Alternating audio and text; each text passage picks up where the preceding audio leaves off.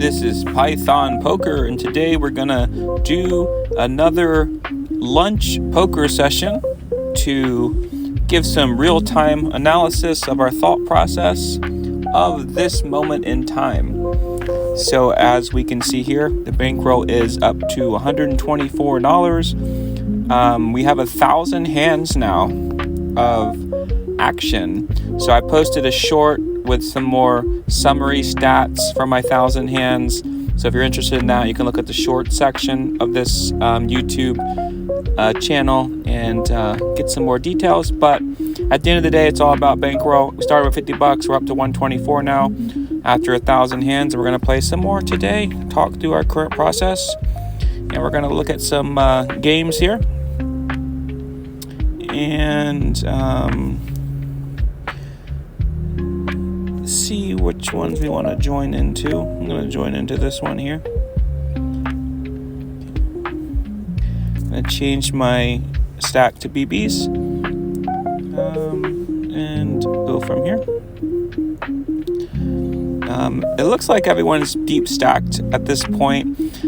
For the most part, I've noticed that people start with 200 BBs on average, but so we'll see how this one goes. We got one deep stack here at 263 BBs. So we'll be cautious against that individual. But pretty much we're just going to play our hand straightforward, focusing on some of the shorter stacks that we try to play against. But at the end of the day, I'm just going to use pure logic based on these situations. And if these deep stacks want to get it in, we're not going to be scared to as well. So it looks like we have 3-4 offsuit. It's going to be our first hand today. We're going to fold this hand here due to a 4x bet from our deep stack opponent. We'll look at the action here though. So we got a call from the small blind. And we'll see if we can put these opponents on some hands here. So we expect a bet from the deep stack player, at least maybe 50% pot bet, at least maybe 25 since the board is double paired, 25%. We'll see what they do. 14 BB pot. Okay, so they're doing a little bit larger. It makes sense. They do want to go against flush draws if they have ace king, so it's a reasonable size bet. I'm going to be folding this hand. I'm going to play, I don't even want to call 1 BB bet there just because there's so much action behind. As you can see here, we get a raise. Not too much of a big raise with the 3x, but then as you can see at the end, we get a 12x on that 3 BB raise, and we'll see what we got. A call from the initial limper, big stack, and we get a call. So we're gonna go 3 ways here and see what the action is. So obviously there's a flush draw out there, queen high board, check. Most likely I think they should check to the aggressor, and let's see what they do. At least a 50% pot bet seemed reasonable. Looks like they're going about third, and we get a fold and a call. So check. The individual that checked could have a queen in their range, and the initial pre-flop better checks, and we'll see if they get a call, and they go all in. So they're definitely going to be repping queens here, or trip queens with that action, and possibly, I don't see a straight. Yeah, there is a straight out there as well. So we'll go from there. I'm going to open this one 3x with jacks on under the gun. And see what we do. I'm going to raise me over the top. Here, I think I'm going to, so shorter stack. Might want to 3-bet. I think I might play this one conservative, since it's my direct left. And we do get a call from the small blind and a call from the big blind. I'm gonna raise this one up since there's so much action going on. I'm gonna have to call an all-in as well if they go over the top.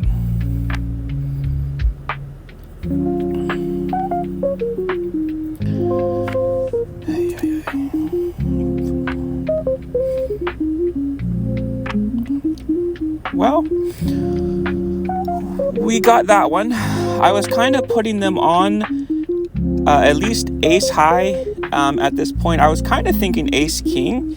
One of them would have been on ace king, but very surprised to see. I was not surprised to see the ace on each of them having an ace. However, I would expect at least ace queen, ace jack that they're having to go all in. But the action on this site has been pretty crazy, to say the least. And we are nice to see. We played that one a little aggressively here, and we got the triple up. So we'll take that one. But given all the action pre-flop, the reason why I wanted to go ahead and re-raise that with the jacks there is because that's what I was expecting. I was thinking that multiple players would have had an ace or an ace high, and if I just called that bet, I'm giving them a free flop, and I want to raise that action to make me have the the equity advantage there with the jacks versus ace high, and so that's kind of the logic on that one. And we look like we maybe are getting disconnected here. Let me update my problem with the network, trying to reconnect. We did get reconnected. Took off the Wi-Fi. It seems to like the cellular network better than that.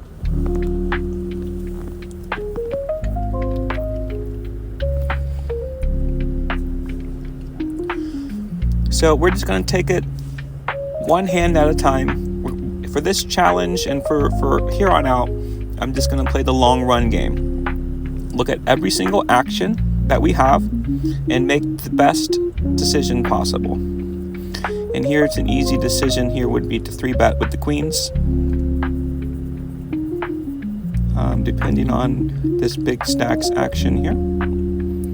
We'll see what they do. I'm gonna do I'm gonna 4x plus 2 BBs for the limpers. For not the limpers, the caller as well. We got a cold call from the blind.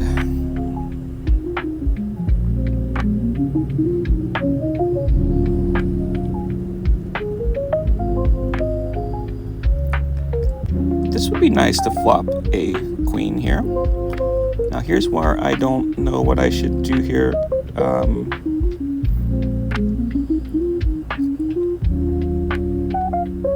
gonna call.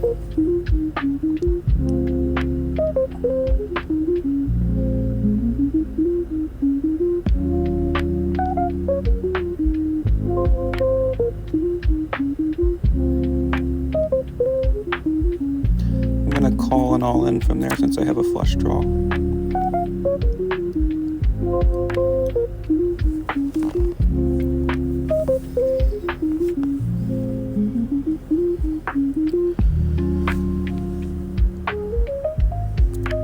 So we're getting some decent hands here, it seems, to start, and liking the action that we're getting as well from our opponents.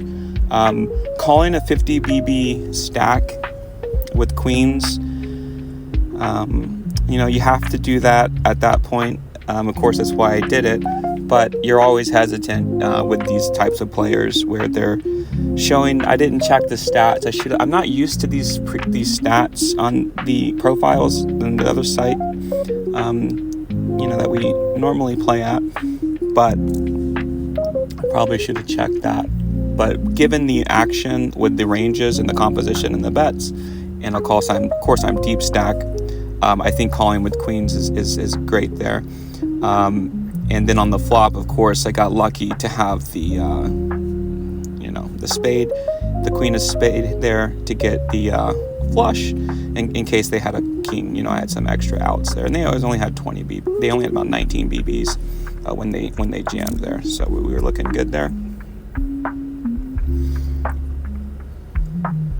So that's what we're talking about here. I hate to be results oriented, but because you win a couple big stacks, but just take it one step at a time, one node at a time, one action at a time. Think through the logic. That's what I need to be doing. Looking at the ranges, seeing what ranges would bet and how they're going to be condensed to their bets. And then hopefully, you also have to get a little bit of luck as well, getting flushes, if you have a big pocket pair, you hit your flush, whatever. There's some luck involved as well, but for the most part, the logic and thinking through the actions and the sizes and the tells and the timings can make us be more weighted to a positive EV call that's better on average than just blindly making a decision based off instinct as well. But so going through the stats yesterday, 1,000 hands again is not a lot at all. It is a lot, however, when you're playing one table. So when you're playing one table, whenever you have 1,000 hands, sitting and watching the other hands and then thinking through the actions, you think through the actions a lot more than you do if there's 4 tables, because my attention, for example, is condensed to what's going on right in front of you. So even though it's only 1,000 hands at this site, those are 1,000 good quality hands that we were playing there, and that's all we can do. So I think my stats will be more normalized around 20 to 25,000 hands, and even that's pretty small on the sample size.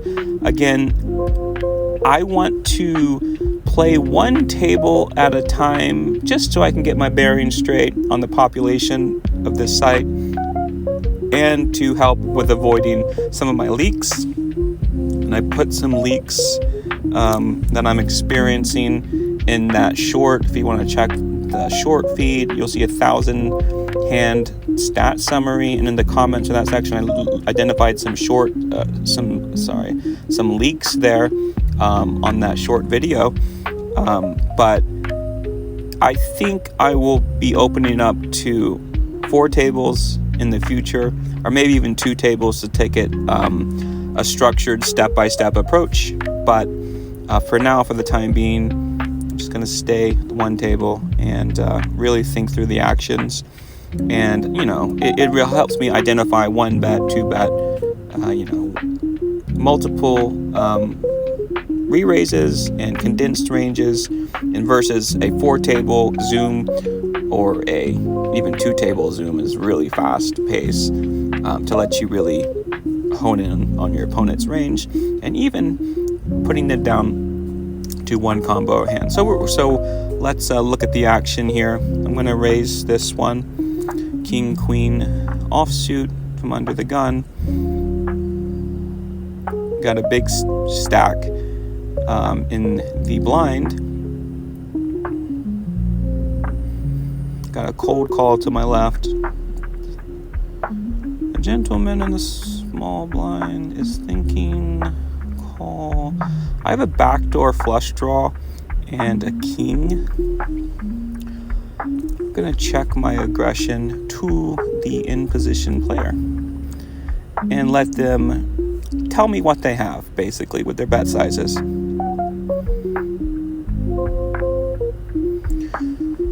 Alright, so now we picked up a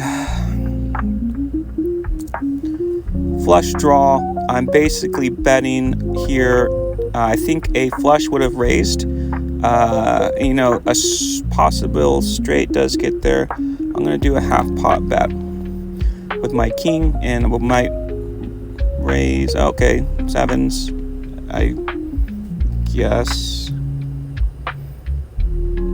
I guess they're scared of a flush there. But I think the bet size at the end was reasonable. Half pot bet, given that I checked the flop, and we did a small bet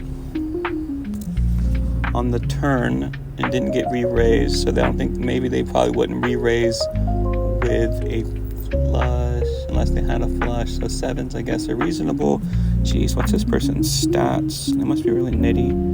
50 and 19. Oh, wow. 50 is a wide VPIP, but 19 is decent, I guess, on the pre-flop raise stats. But, which is got to be careful with that person there moving forward. But anyway, I think I played the hand okay. Comment below and see if you would have value bet the end there, but I think I had to value bet that given the action.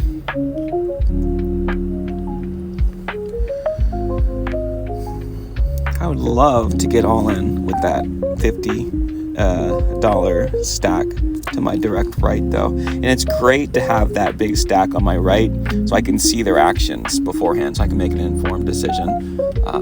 Because I would love to double up on that stack. As you would see, everyone else in this game would love to double up on my stack. It's all relative, but we're going to be paying close attention to the individual to my right. Get some stacks, and I'm not afraid to play for stacks, even with this size. You can't be afraid. I gotta tell myself that it's just a game.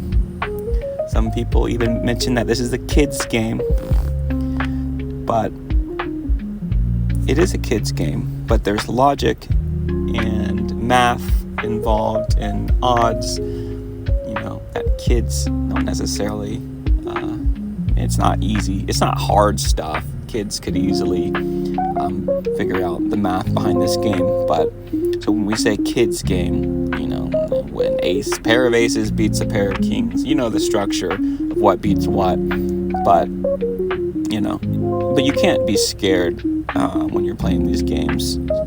Play your hand, call if it's reasonable, fold, but just don't play scared poker.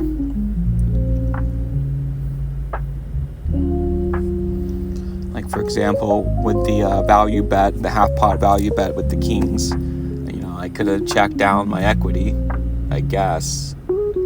I could have checked and, maybe I didn't lose a half pot bet, but given the action, I think a half pot bet was reasonable. Especially since they didn't raise over the top and they didn't really, I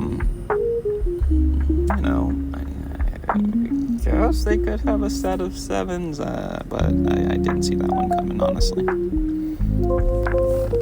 All right, and we can play Guess the Lunch game as well if we like. You won't hear it as much. There's no paper involved as a hint.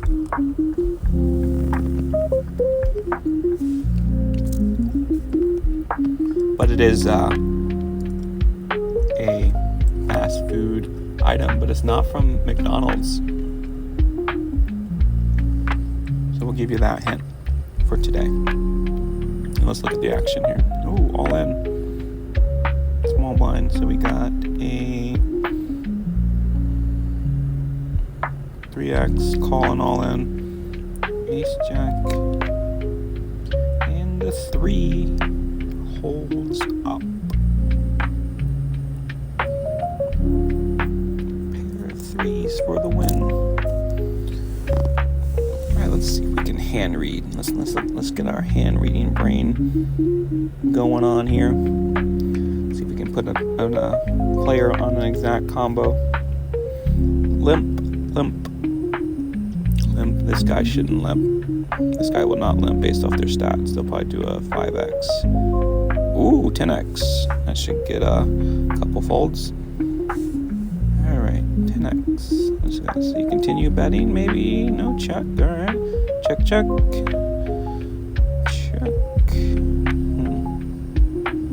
Checks all around. Wow. This player, this big stack player, is very passive. It's very good to know. So that means we have to bet for ourselves moving forward. And I guess that's good that I did the half pot bet with the king against that person, because it looks like they're not going to bet for themselves.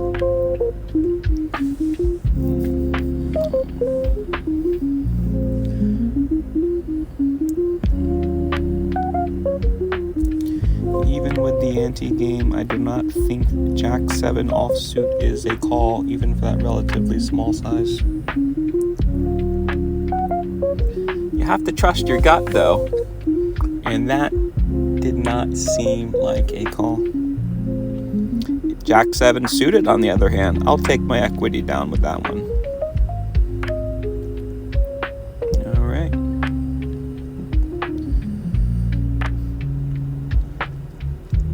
Got a 2x open, 2x quick snap calls.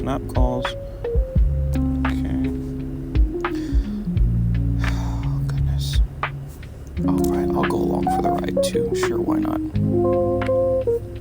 Okay. Top pair. Good kicker. 9 BBs.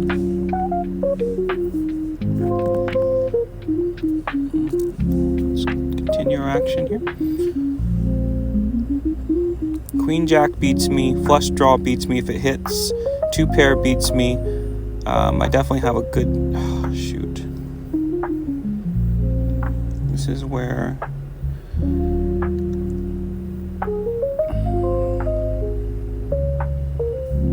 gonna make a discipline fold here, and I'm gonna reveal the hand and see what they had.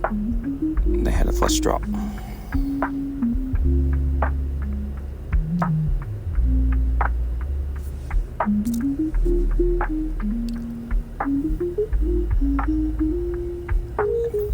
Figured that they might have a flush draw, thinking about the hand, but King, Queen, Jack was out there, the set was out there.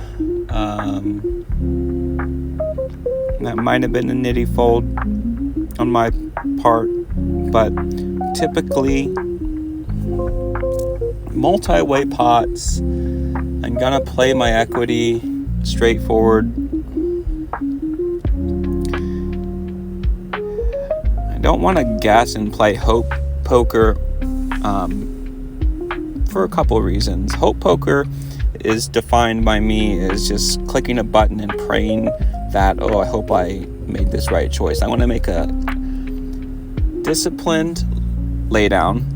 I want to make logical, positive EV decisions when I have always has you can't always have a positive EV advantage at all times, but in that situation there was a couple variables at play. They were aggressive with their full stack, going all in. I know a flush draw was out there, so I can assume that one of my opponents multi-way had a flush draw, and I just don't want to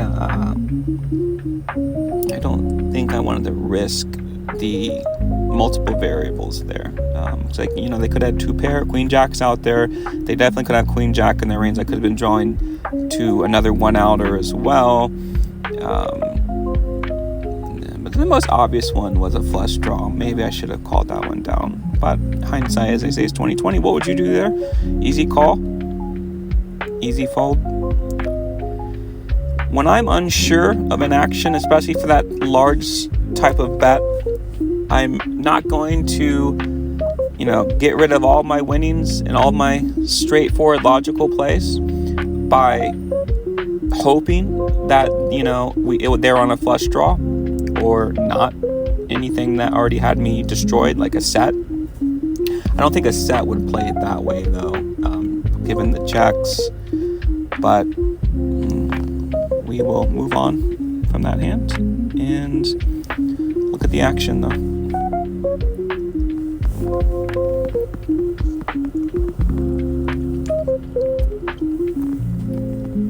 But we'll definitely note that from that individual that they like to jam their equity on a flush draw. They like to jam 100 BBs on a flush draw. So we'll put that in there moving forward. And another thing they could have been doing is my stack is about 440 BBs. If they jam their flush draw on the turn is about 20% equity to hit by the river.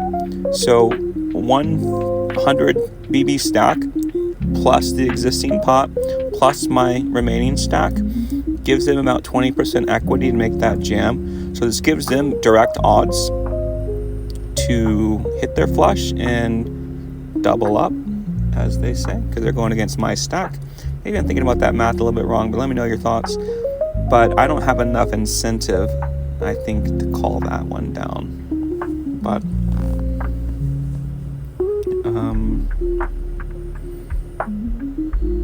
I'll have to look at that one into the solver for sure. Alright, so let's hopefully get some more good hands for our video today. So these videos are great for me, so I can log the results, of course, and I can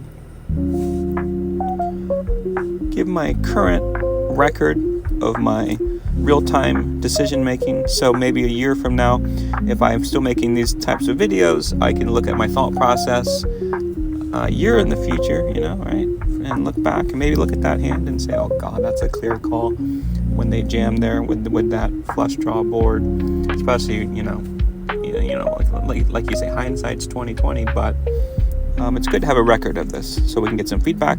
So please comment below, let me know your thoughts and on that hand and as well as the other hands, and we'll go from there.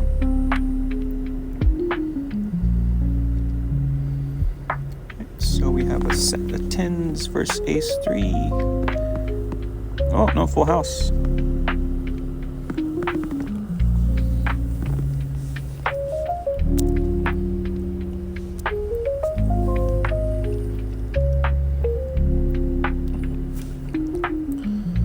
Alright, so we got a raise.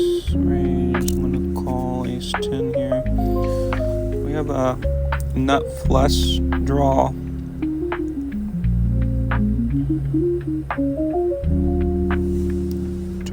I have enough equity for 10 BB call, because even if we hit our straight, we could possibly lose to a flush.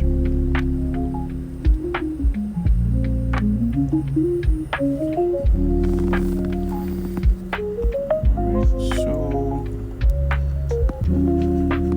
and that there, that individual to my right, when they bet their hand, I had a feeling they had a flush draw, because sometimes when people have these draws, they want to bet a certain size to give them their flush, for their equity. For example, a flush draw is about 30% equity of hitting. And if they do a 1/3 or large bet, continue the future action, they're giving themselves their own price to hit their flush. And they did hit their flush, which is great for them. But we will also take that as a note. So we're gonna wrap it up here pretty soon. Play a couple more hands for this session, but got a couple big pots in today, and we will look at the action here on this hand and see if we can guess our opponent's hands. Okay, you're gonna lead. So if when you lead, you represent at least a queen, I think, for the most part.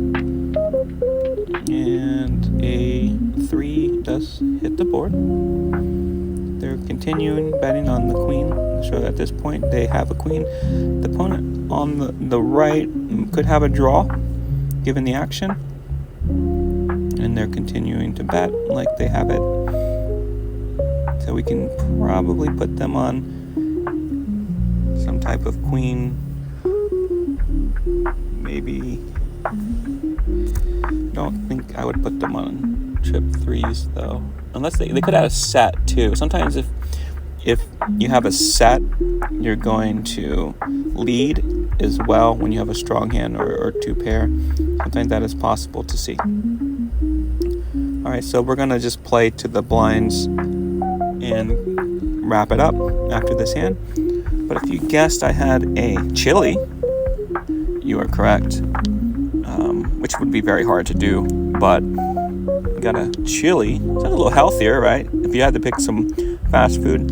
Chili from Wendy's. It has some great protein, right? There's some beans in there. Hamburger, meat. I think they use the same patties from the previous day, leftover patties, which is reasonable. And put a little hot sauce in there. You got a nice little lunch. And here, for the last hand of the day, we'll play a pot. 8-10 suited. It's a decent hand. And we'll see what we do here. Alright, so we have some equity here. I'm just gonna check. I got some backdoor flush draw. I have a straight backdoor straight draw. I'm gonna call one bet.